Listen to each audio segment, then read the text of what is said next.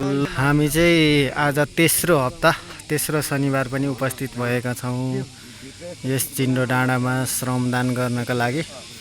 हामी बिहानै आइसकेका छौँ। कम्ती लगभग 40-50-55 जनाको उपस्थिति नै भइसकेको छ र यहाँ एकजना हाम्रो श्रमदाता दाजुले आफ्नो आमालाई बोकेर ल्याउनु भएको छ तलदेखि माथिसम्म।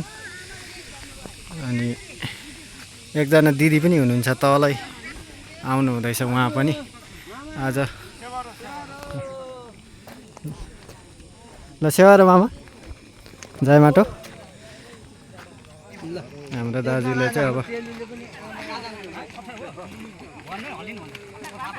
आमालाई ल्याइ पुऱ्याइसक्नु भएको छ। उहाँले चाहिँ बोकेर यस चिन्डो डाँडामा बनिने सुम्निमा पारुहाङ प्रतिमा निर्माणको हाम्रो थानमा उहाँलाई दर्शन गराउन, देखाउन, भिजिट गराउनका लागि एकजना बहादुर श्रमदाताले चाहिँ बोकेर ल्याइसक्नु भएको छ है।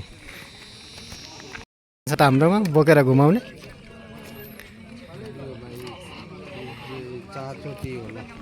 ए हजुर।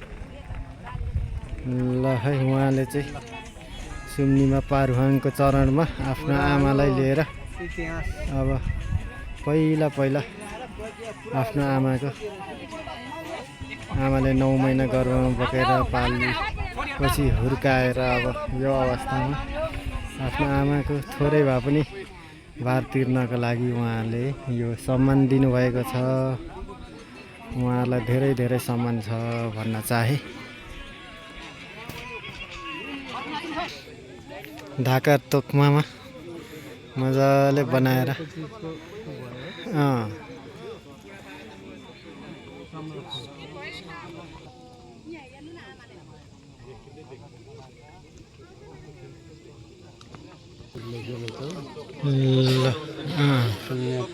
आफ्नो आमासँग चाहिँ छोरा छोरीहरू सबैजनाले सुम्निमा पारुहाङको चरण लिनु हुँदैछ। सुम्निमा पारुहाङलाई बल शक्ति माग्नु हुँदैछ।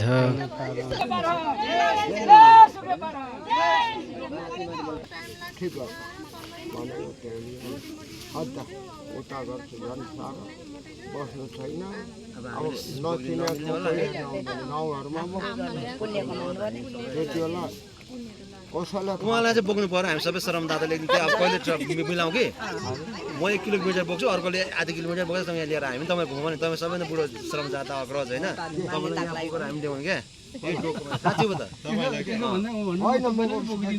हो कि सम्मान गरेको पो त। हाम्रो सबभन्दा जेनजी उहाँ हुनुहुन्छ, एकदम उत्साह र हौसलाको साथ आउनुहुन्छ श्रमदानमा जहिले पनि। सम्मानको लागि मात्रै तपाईँहरूले काम गफ गर्दै काम गर्नुहुन्छ, त्यो पनि एउटा पार्ट अफ श्रमदान हो। त्यसले चाहिँ तपाईँको मेन्टालिटी, तपाईँको दिमागलाई, तपाईँको ब्रेनलाई चाहिँ एकदमै युजफुल गराइरहेको हुन्छ कि। तपाईँको यहाँ आएर तपाईँ एक्लै पर अरू सबै यता काम गर्ने, तपाईँ मात्र पर गएर धारो खाल्ने गर्नु भने तपाईँलाई यहाँ पनि आएर लोनलिनेस हुन्छ होइन, एक्लोपनै हुन्छ। तर तपाईँले यसरी गफ गर्दै गर्नु भने चाहिँ बरु काम थोरै होस् होइन, तर गफ गर्दै काम बिस्तारै गर्नु तपाईँलाई, त्यसले चाहिँ तपाईँहरूको दिमागलाई चाहिँ धेरै हेल्प गर्छ क्या। तपाईँको मनस्थितिलाई एकदम मजबुत गराउने, ह्याप्पी बनाउने, खुसी गराउने गर्छ होइन। त्यसले गर्दाखेरि फिजिकल त छँदैछ, त्यो खालको तरिकाले पनि तपाईँले हेरिदिनु होला।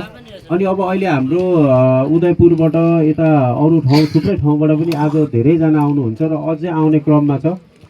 र हामीले अब अलिकति सिस्टमेटिक तरिकाले जाँदैछौँ। जाँदै गर्दाखेरि चाहिँ अब तपाईँहरू धरानभन्दा बाहिरबाट आउनु हुँदैछ भने एकैचोटि शुक्रबार बेलुकाभन्दा अब अगाडि नै फोन गरेर तपाईँहरूको ठाउँ बुक गरेर आउनुपर्ने सिस्टमहरू हामी सेटअप गर्दैछौँ, ताकि तपाईँहरू आउँदाखेरि चाहिँ यहाँ अलरेडी काम तपाईँहरूले आज त्यो दिन के गर्नुहुन्छ भन्ने कुरा पनि त्यतिखेर हुन्छ।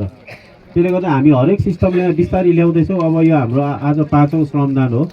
5औं श्रमदानमा यतिको हो र यो तरिकाले गरेको हाम्रो लागि एकदमै राम्रो, किनभने हामी यहाँ कोही पनि तपाईँको म्यानेजमेन्टमा डिग्री गरेको अनि यो सोसल वर्कमा डिग्री गरेको कोही पनि छैनौँ होइन। त्यसले गर्दाखेरि यो म्यानेजमेन्टलाई पनि हामीले सिक्दै तपाईँहरूलाई सिकाउँदै जाँदाखेरि समय चाहिँ लाग्छ।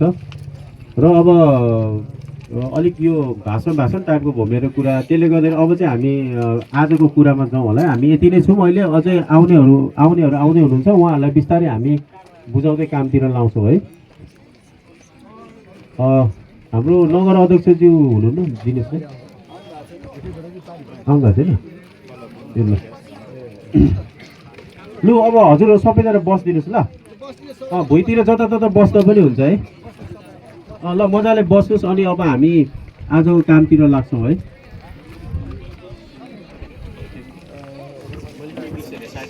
बाजे बोजू दाजुभाइ दिदीबहिनी सबैजनालाई आजको यो श्रमदानमा हार्दिक स्वागत छ।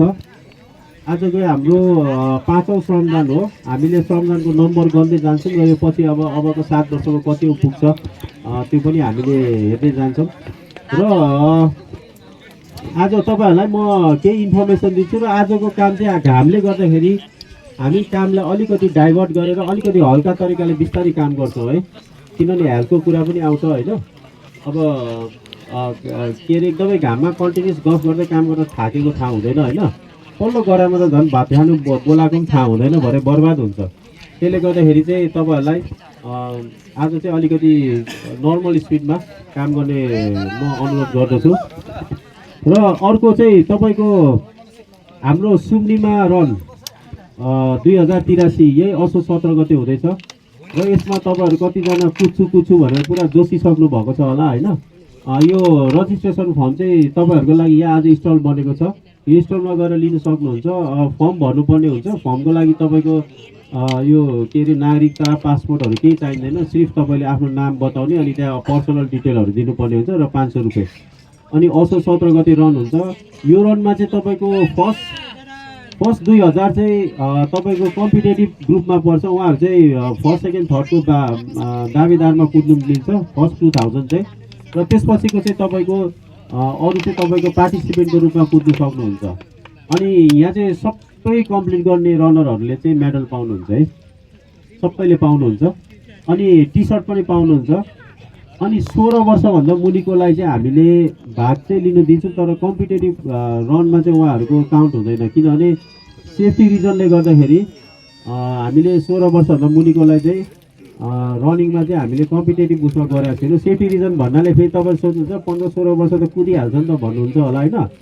उहाँहरूको सेफ्टी भन्दा पनि त्यहाँ अरू कुद्नेहरू हुन्छ। हाम्रो बाजे बोजूहरूदेखि दाजुभाइ दिदीबहिनी आफ्नो रफ्तारमा हिँड्न गर्छ, बाटैभरि हुन्छ होइन। अनि कम्पिटेटिभ रनिङमा चाहिँ त्यसले चाहिँ डेन्जर हुन्छ कि कोही ठोकेर भिडबाट लडिहाल्यो भने होइन। त्यस्तै खालको सेफ्टी इस्युले गर्दाखेरि चाहिँ तपाईँको एउटा त्यो खालको हामीले सिस्टम राखेछौँ। र हजुरहरूलाई फर्म चाहियो भने त्यहाँ भर्न सक्नुहुन्छ। र फर्म भर्नेमा हाम्रै अब यहाँ के अरे सुम्निमा रनको समितिकै टिमहरू हुनुहुन्छ। यो फर्म चाहिँ अहिले एकछिनपछि हामी त्यहाँ सुरु गर्छौँ। तपाईँले काम गरेको बेला आएर गर्दा हुन्छ है। तपाईँको एनर्जी दिन्छ। त्यो एनर्जीले तपाईँहरूलाई काम गर्नु पनि रमाइलो हुन्छ। त्यो पनि एउटा चाहिँ पोजिटिभनेस कुरा चाहिँ हामीले बुझ्नुपर्ने हुन्छ। र यो बारे मैले यति भने। र अब आज हाम्रो अरू केही छ?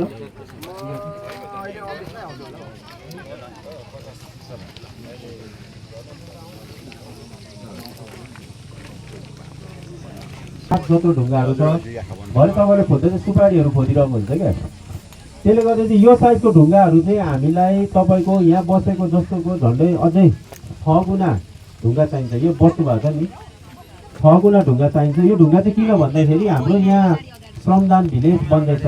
यो भिलेजमा 60 जना बस्ने ठाउँ हुन्छ। र 60 मा हाम्रो अफिस, हाम्रो स्टोर, हाम्रो डिजाइनरको रुम होइन, मेरो अफिस चाहिँ हुँदैन है। त्यति भनेको त्यस्तै कुराहरू हुन्छ। त्यसले गर्दाखेरि चाहिँ यसको लागि चाहिँ यो ढुङ्गाको सोलिङ हामीले गऱ्यो भने हामीले झन्डै 2-3 लाख पैसा जोगाउँछौँ कि तपाईँको तलबाट ढुङ्गा लिएको अरू ठाउँ चलाउन सक्छौँ होइन।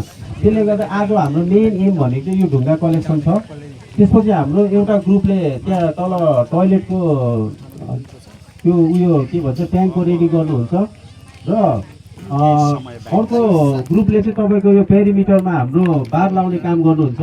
यो बारको बाँस पुगेन भने अहिले हामी यहाँ भर्छौँ। लोकल बाँसहरूको लागि पनि यहाँ जमर्को गर्छौँ। त्यो पुगेन भने हामी म्याक्सिमम् ढुङ्गातिर लाग्छौँ। र अर्को चाहिँ तपाईँको हामीले यो ढुङ्गा छान्दाखेरि ठुलो ढुङ्गा चाहिँ तल छोड्छौँ। बुझ्नुभयो नि? ठुलो ढुङ्गा चाहिँ तल छोड्छौँ। यो साइजको ढुङ्गा सबै तलबाट परदेखि यहाँसम्म लहरै लागेर माथि लागेर ल्याउँछौँ र अरू सानसानो कामहरू चाहिँ हामी अहिले भन्दैनौँ। हामी त्यहीबाट तपाईँहरू काम गर्ने हाम्रो ग्रुप बनाएर चाहिँ अरू सानसानो कामहरूमा पठाइदिन्छु, किन त्यो काममा चाहिँ मैले अलिकति भिन्दै ब्रिफिङ गर्नुपर्ने हुन्छ कि त्यही भएर है। ल है आजको श्रमदान यो 5औं हप्ताको हो। हामी चाहिँ तेस्रो हप्ता भयो, 3चोटि भयो। हामी चाहिँ यो 5औं हप्ताको श्रमदान चिन्डो डाँडामा तपाईँले देख्न सक्नुहुनेछ। हामी यता टोयलेटको ग्रुप धेरै छौँ, पल्लोपट्टि पनि हुनुहुन्छ।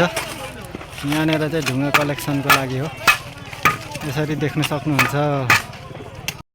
हाम्रो टोयलेटको सेफ्टी ट्याङ्की चाहिँ अब पुरिनु आँटेको छ। हामी सुरुको बिगिनिङ चाहिँ गरिएन, सुरुवातको चाहिँ भिडियो गरिएन, काम सुरु गरिहाल्यो। त्यसपछि यति 6वटामा लगभग 3टा पुरिसक्यो, अब 3टा बाँकी छ। अब यो यहाँबाट यता सबै यो हाम्रो टोलीहरू जुटिरहेको छ। यता ढुङ्गाको टोलीहरू एक लाइन यताबाट उठाइसक्नु भएछ, अर्को लाइन 2टा लाइन चलिरहेकै छ। अब लगभग खाजा नास्ता गर्ने बेला नि हुन आँटेको होला। त्यही भएकोले तपाईँहरूलाई जय माटो जय देश भन्दै यस्तो छ तलतिरको रमाइलो। ल दृश्य पनि देखाइदियो एकपल्ट, एकचोटि यो बादलहरूको सँगले।